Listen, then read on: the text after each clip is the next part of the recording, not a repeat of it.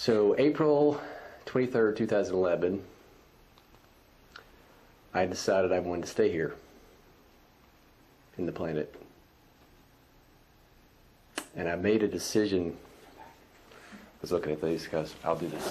I made a decision to stay with a caveat, to try something new. The decision was to give myself a break.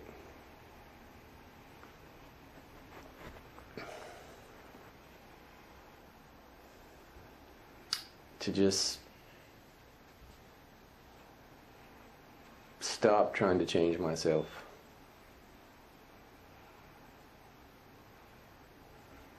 So I spent a good 30 years, like I stuttered as a child. I mean, I got some beliefs like I'm broken, there's something wrong with me, I'm not lovable, especially if I express myself how I want to. And I spent a good 30 years of just trying to prove that I was okay. And no matter if I had some success and financially, or mine was mainly sports, like I did skydiving and different stuff, and I would think, wow, skydivers have no fear. And I felt broken. Like no matter how much success I had was broken. And then so I had a good 15 years of, I was going to use psychology and spirituality to change myself.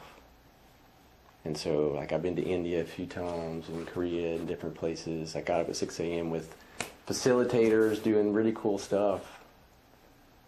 Like I love Byron Katie, and I did the year and a half of Byron Katie. I never caught on that the book was called Loving What Is. Because I was going to change what is. And, you know, after 15 years, it was about the 15-year mark when the love of my life was a dog, like Susie. And she passed away, and that was it. Didn't feel close to my parents, my coworkers, relationships, no way. And I was like, I don't want to be here. And I took a couple of weeks. I had a dear friend of mine tell me the truth. It doesn't matter. Some people disagree with that, but it's what I needed to hear. It doesn't matter if you stay or not. You'll be fine either way. I didn't say I'm taking a couple weeks. I didn't tell anybody, but it took about 2 weeks. And I was like, I'm staying here. I'm going to feel broken. I'm going to be miserable. But I'm just going to, I don't know why I'm going to stay. I'm just going to stay, and I'm going to leave myself alone. And who would have known that was it?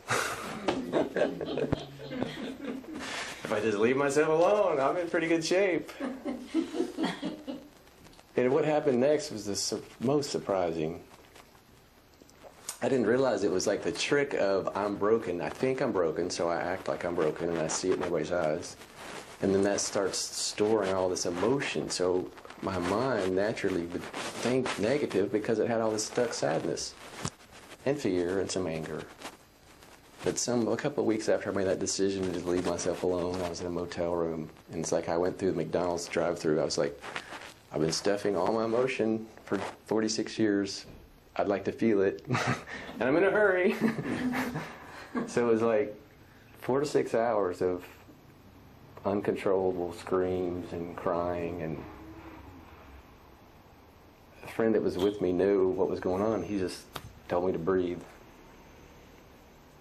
But I felt so much better. I felt so much better. And this ends up, my mind's my friend. My emotions are my friends. I'm my own friend.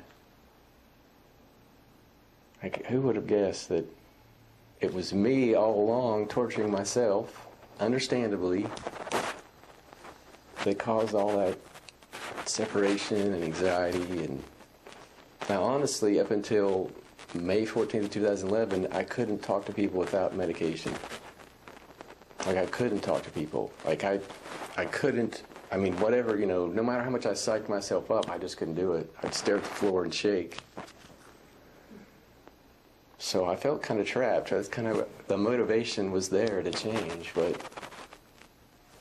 I think feeling all that sadness and anger and stuff kind of reset my nervous system a little bit, so I can talk to people, kind of like people now. You know, one of the coolest things too, and is you know, what I wanted as a kid was to walk in and have my mother light up, and my father. And recently, when I think about my mother and when I see her, I light up. I think she kind of lights up now too, but it was, I wanted to love and understand. All this stuff about being understood was kind of backwards.